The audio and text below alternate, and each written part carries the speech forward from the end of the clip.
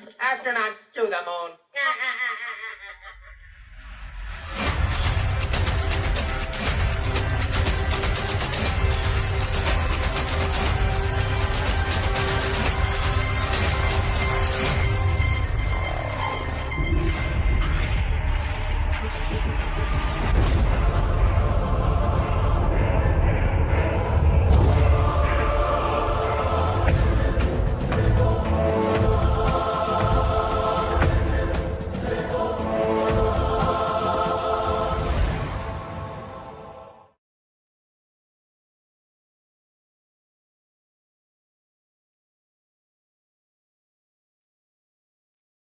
The Bible describes a three-story universe.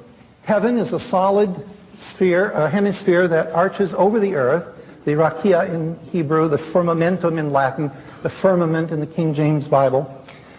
There was water above there, that's why the sky is blue, and somewhere above that is the abode of heaven, of God and the angels. We are down here on this flat earth. The Bible is definitely a flat earth book. And below us in the subcellar is Sheol, or hell. Now, with the development of telescopes and the discovery that the earth goes around the sun and that the earth is a sphere, some very important biblical ideas were shattered. Heaven, for example, which was a physical thing up there, heaven has gotten lost. Nobody knows where it is. It has moved outside the realm of space and time. It is in some other dimension, I suppose. And like heaven, hell too has been displaced. It's no longer down in the basement. It's not at the Mohorovicic discontinuity. It's not in the mantle. Nobody knows where the hell is.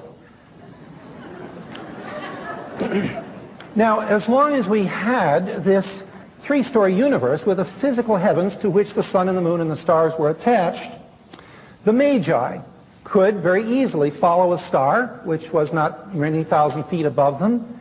They could follow the star to the birthplace of Jesus.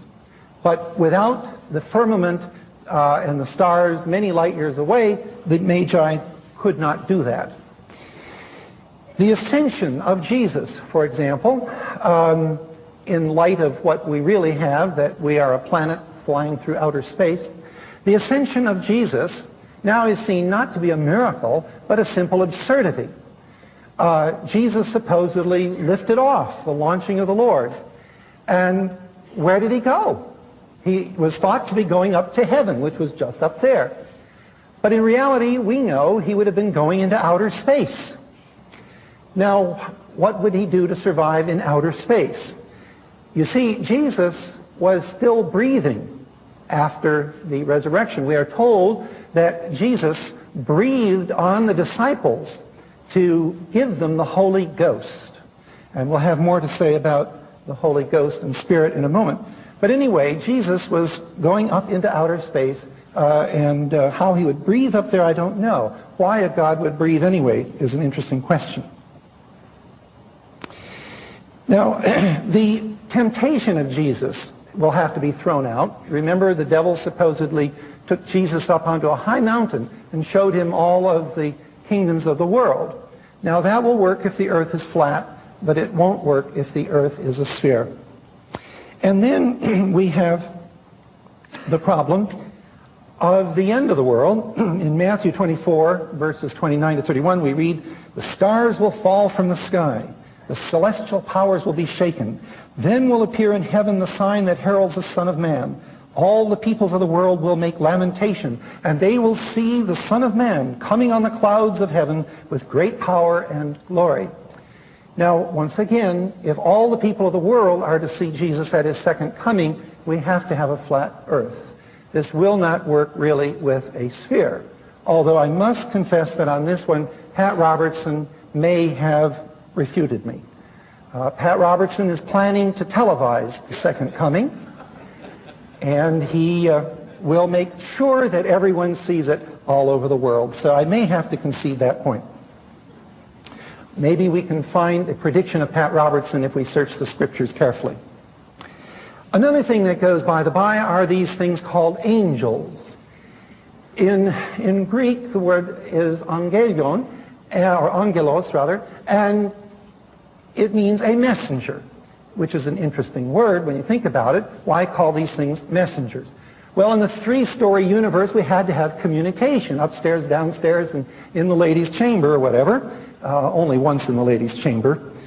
You all know the visit of the angel to Mary. But we don't have any need for angels now that we know they can't climb down Jacob's ladder to get from heaven to earth. It's again in some other dimension. So this whole thing of heaven, hell, and of course with it the idea of eternal punishment, eternal reward, are certainly very enigmatic ideas. They don't seem to make much sense anymore. Whereas they did make a lot of sense in the world view with which the Bible was composed. It was a pre-scientific worldview.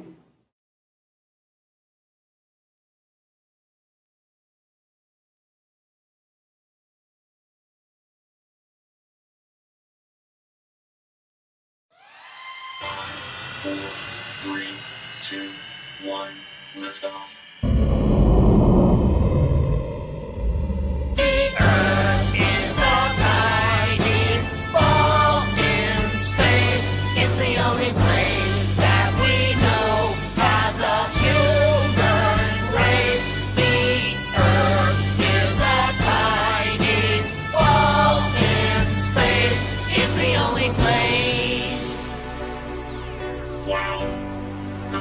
Earth is beautiful from outer space. It looks just like a globe. No duh. A globe is a small copy of the planet Earth. Do you know the main parts? There is land on the surface of the globe. 7 sections of land on the globe. What are they called? Those are the continents. North America, South America, Europe, Asia, Africa, Australia, Antarctica. There is a lot of water on the globe, covering 3/4 of the globe. What is it called? It's the ocean. The ocean is divided into the Atlantic, Pacific, Indian, Arctic, and Southern Oceans. There is a top point on the globe. There is a bottom point on the globe. What are they called? The North and South Poles. The North Pole is in the Arctic Ocean, and the South Pole is on Antarctica. What is the line that circles the globe? An imaginary line that divides the globe. What is it called? It's called the equator. The equator lies halfway between the North and South Poles. Another line that circles the globe. It divides the east and west parts of the globe. What is it called? That's the prime meridian. The prime meridian is perpendicular to the equator and crosses through the North and South Poles. If you divide the globe into parts and can only see half of the globe, what is that called? It's called a hemisphere. Hemi is Greek for half, and a sphere is any round object, like a planet. Therefore, half planet.